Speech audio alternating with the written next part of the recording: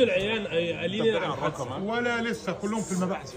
حريق في مطعم صبحي كابر امبارح، واول رد من ملك المطعم الجديد قال: المعلم صبحي قال لي يا تبيع يا هولع لك في المطعم. من الساعه 4:30 4.